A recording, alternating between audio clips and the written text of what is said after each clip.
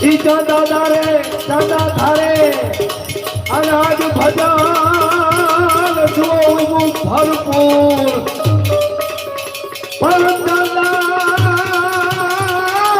ચાંદા ધારે ભજન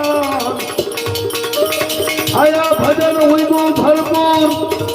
અને એની પહેક દ્વારકા જાય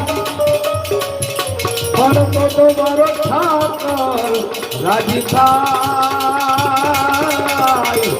હવે